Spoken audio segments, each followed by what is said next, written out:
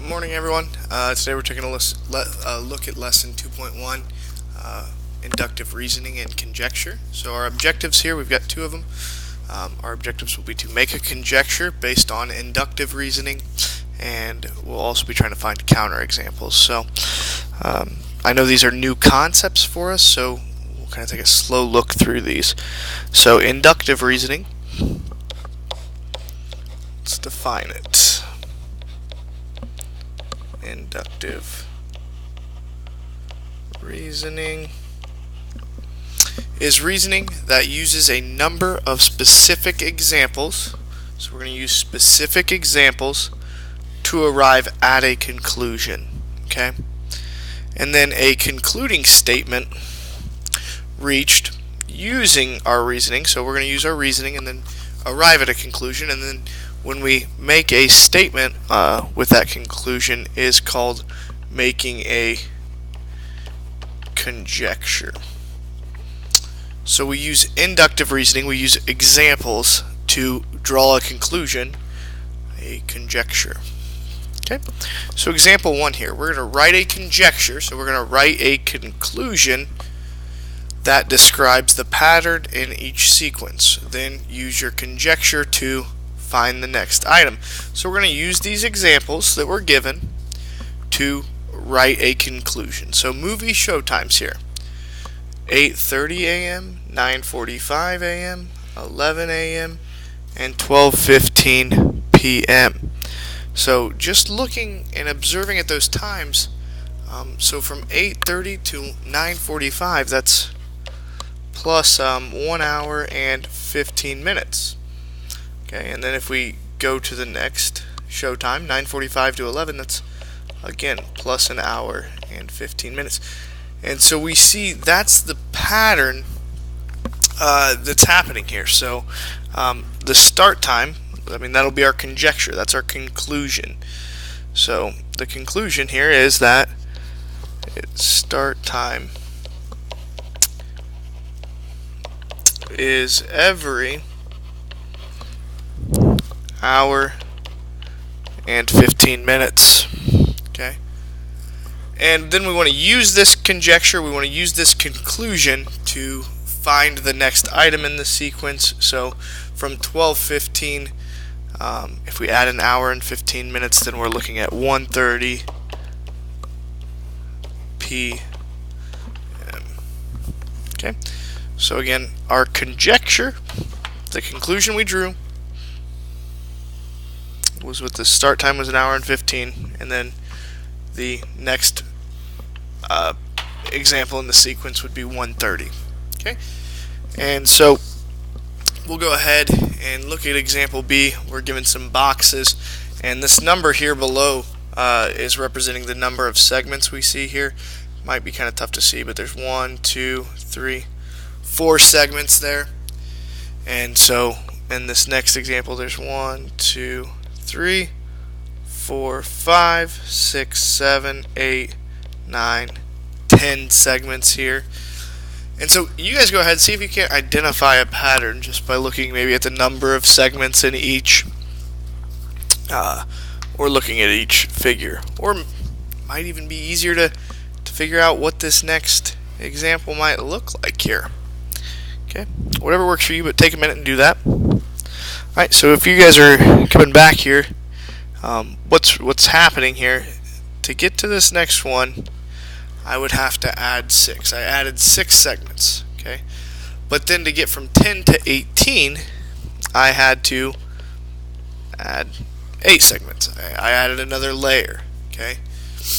And then to just continue the pattern, I added 10, and then lastly, I would have had to add 12. So if you guys can see here, the conclusion I'm coming to is that we are adding consecutive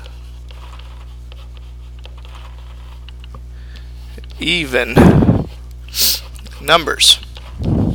So this next example, well, if we added 12 in the previous, here we would have to add 14, and so there would be 54 such segments if we added another layer to this puzzle. Okay, so again, the conjecture, the conclusion that we drew was that we were adding consecutive even numbers, and then the next example, we use the next item in the sequence. Okay, so here we're going to provide examples to make algebraic and geometric conjectures. So make a conjecture about each value or geometric relationship. List or draw some examples that support your conjecture. So here we're looking at the sum of two odd numbers. So let's see what our conjecture might be. So to do that, we need some examples, some specific examples. So let's add some odd numbers together. So let's start maybe 5 plus 5. What's the sum of that? 10. So obviously we're going to need more than just one example. We can't really draw a conjecture based off one example. So let's add some more odds. Maybe 3 plus 13. Another odd number. 3 plus 13, 16. 21 and 13 maybe. There's no pattern to which I'm picking these numbers. I'm just picking odd numbers here. Alright, so 34. Let's add some more odds. Maybe like 33 and 15. What have we got there? We've got 48. That's 4 examples. That's 4 pretty good examples of just adding odd numbers together. What's a conclusion we can come to here? Each time we add 2 odd numbers, okay, I'm getting at this conclusion. The sum of 2 odd numbers. What do we notice about all of these answers? These are all what type of numbers? They're even. Okay, so that's my conclusion I'm going to draw there. It didn't really matter what odd numbers I picked. I was getting even numbers. Okay. All right, segments joining opposite vertices of a rectangle. So let's draw some rectangles here and draw what we're going to describe as, well, these are diagonals. They connect opposite vertices. So alright, there's a rectangle with diagonals drawn. Let's draw diagonals here.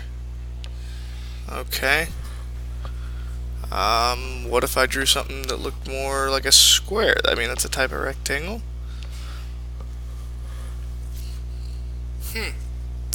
What conclusion can we draw about these diagonals that we're drawing here? One conclusion I think we could draw is that the segments intersect. I mean, they're all intersecting, but more specifically inside the rectangle. And I think that'd be true. I don't think you could find a counter example. I don't think you could draw a rectangle where these diagonals don't intersect inside the, I'm going to abbreviate here because I'm running out of room, rectangle. Okay? So, I think I find that interesting. Alright, next example here. It's going to go, I'm going to bounce back and forth between a couple of pages here, just kind of the format of these notes. But the table at the right shows the price of postage for the years 82 through 09. Make a statistical graph that best displays the data. So here we've got bivariate data with 2 variables. So let's make it an x and y and use the coordinate plane. Okay, so let's make our years go along the x-axis, our rate go along the y-axis. And so you'll notice on the next page of the notes, we've got an x and y-axis. So again, we'll make the years go here, and we're going from 82 all the way to 09, so that's quite a few years. Let's maybe go by 2. So let's call this the year 82. So we'd have 84, 86, let's go 88, 90, 92, 94, 96, 98, let's call that 2000, 2, 4, 6. Have we gone out far enough? We're going all the way to 09, so that'd be 6. 2008. So let's go collect 2010. Alright. So I didn't label all the years, obviously, guys, but you saw me going through. We've counted it out and labeled them right, so we can count in between there. And then rate, so we're going from 20 cents and 82 all the way to 44 cents. So let's make this our rate. And you guys are going to have to pause here. Well, you don't have to pause the video, but my board is frozen. So, hey, just like a day in class where the board freezes up. So, some technical difficulties, I apologize.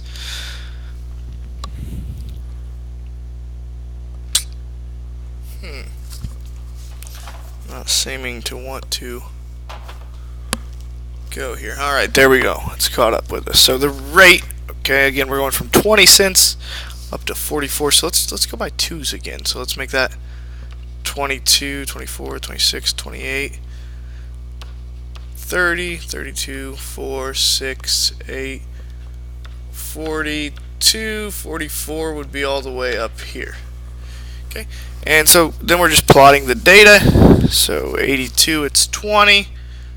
So that'd be our first point, 82 and 20.